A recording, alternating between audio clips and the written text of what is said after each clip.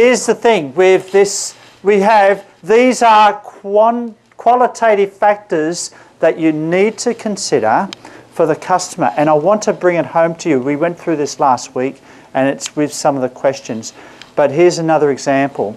Based on what I learned from talking to 1,075 suppliers in China. Because all of them are trying to get customers, right?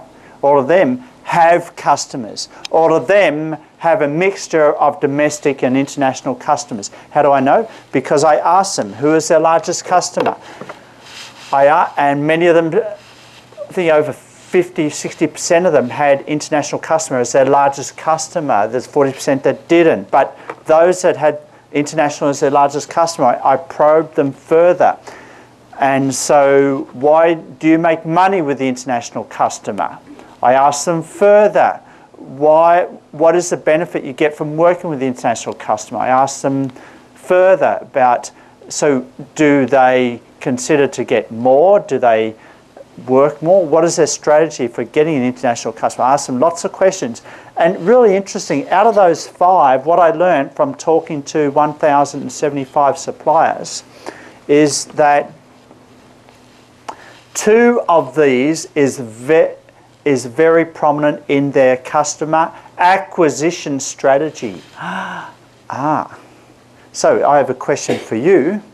Which of these 2 factors is a common strategy used by these Chinese factories in getting international customers? Like this was set up with the idea of, hang on, don't get too excited with the quantitative about the, what is it, the blue whale curve? No, the humpback whale curve.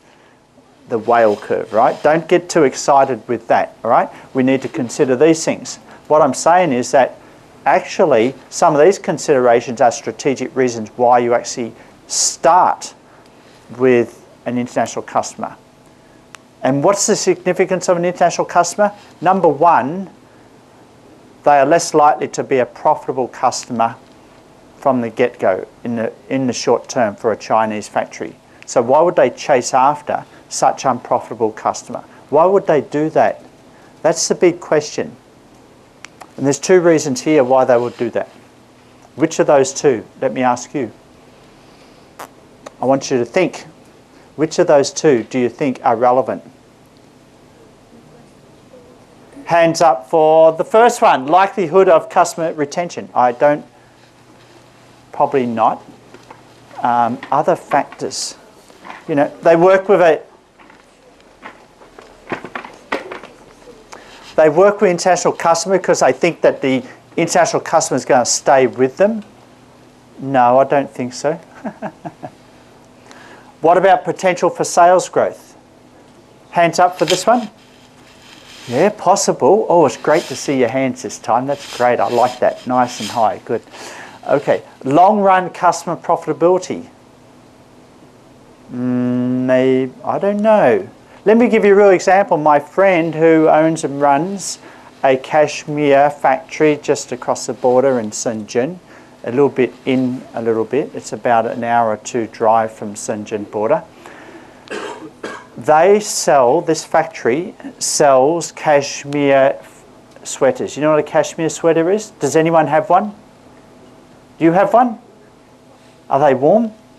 Yeah, go just like this. But this is wool. This is Australian wool. My mum knitted this for me. Okay, my good luck charm. Thank you to mum.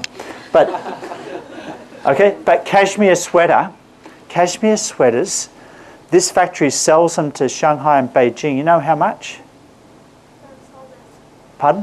1,000 to 3,000. Yeah, 1,000 to 3,000 yuan, just like that. Do you know how much this factory sells them to Gap and other chain stores in the USA? FOB, that's to the shipping point in Guangzhou.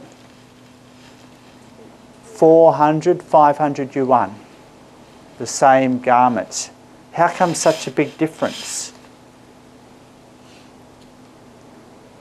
And why would this company ever sell it to the US like that? I want you to think about that. Okay? Do you think, now that I tell you that story, do you think international customers are going to be profitable? Probably not. Probably not. What if I tell you another story about the suppliers that I spoke to that their dream is to become an approved Apple supplier, and then I get to speak to some suppliers that actually realize that dream. They are an approved Apple supplier. I spoke to both type of suppliers. What is the number one motivation? Just to become approved. Are they going to make much money? No, not much. Because Apple's big. Apple's going to be costing down every 3 months, 5% on average.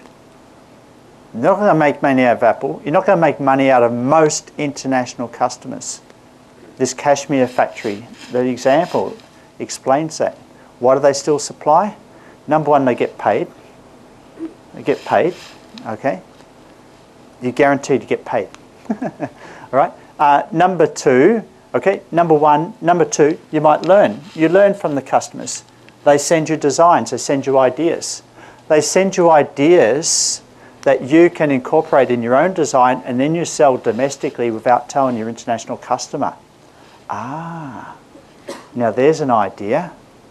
Who thought of that? Chinese factories. Okay, that's what they do. What else do they do for the international customers?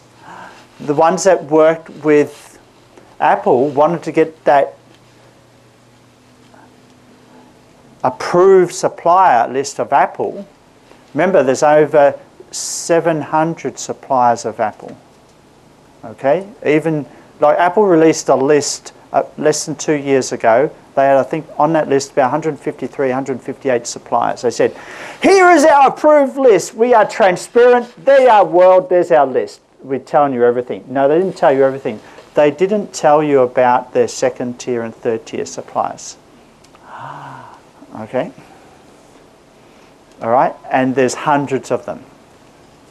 And those suppliers are not making much money, but they want to be associated with Apple. Why?